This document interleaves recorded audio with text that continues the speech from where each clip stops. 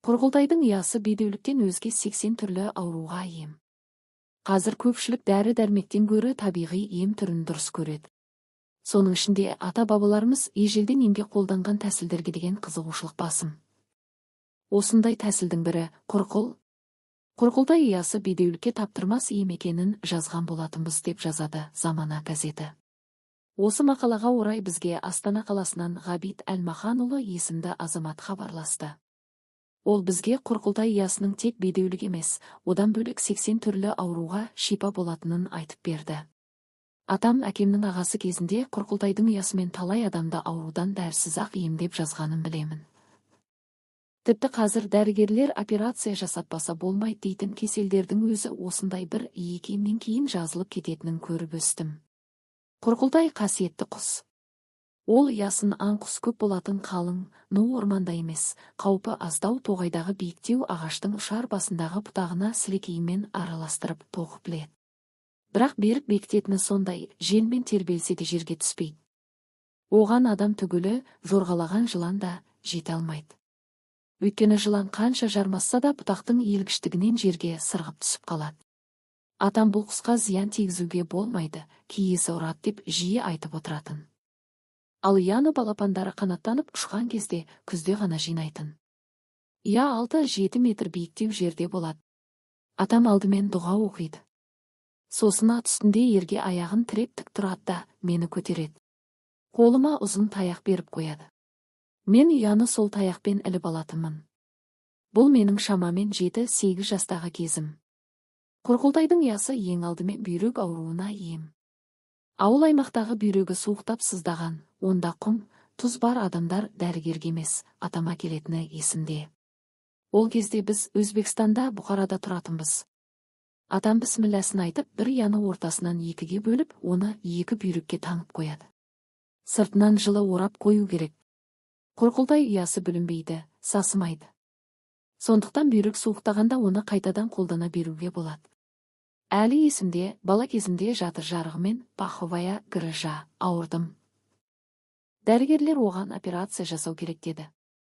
Онда да кейін ұрпақсыз болуы мүмкін екенін ескертіпті. Олардың сөзін мұқият тыңдаған атам қолын бір сілтеп үйге келді де, мені құрқылтай ұясының түтінімен емдеді.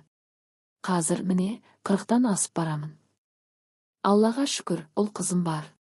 Бүгінгі медицинада операциясыз ем болмайды деген аурудан мен пышақ тигізбей, дәрі ішпей, аз-ақ күнде жазылып кеттім. Өмірінде бір күн ауруханаға жатпаған, дәрі де ішпеген атам жасады. Өмірден өткенше тік жүріп тік тұрды. Ол кісі құрқылтайдың ұясы 80 түрлі ауруға ем деп отыратын. Балалықпен көп нәрсеге мән бермеппіз. Дегенмен есімде қалған біраз ем түрлерін айтайын. Емді өзіңіз де жасай аласыз.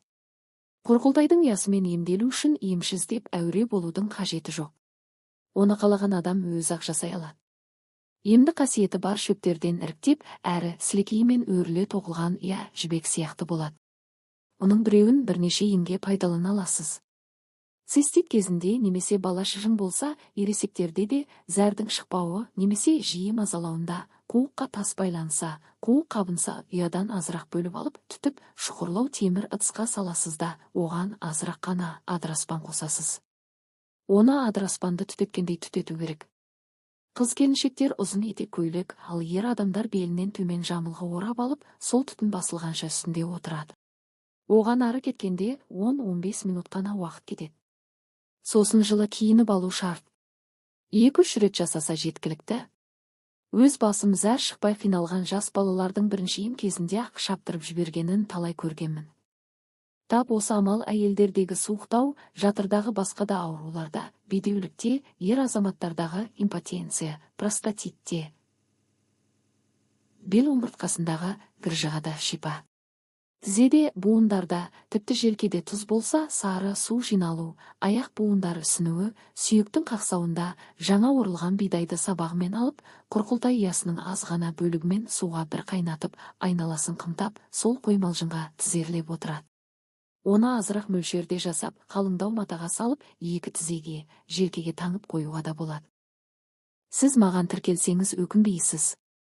Мен тек пайдалы және керемет ақпараттар айтатын боламын. Сізге тағы қандай ақпарат керек комментарийге жаза кетіңіз. Мен оқып жауап беремін.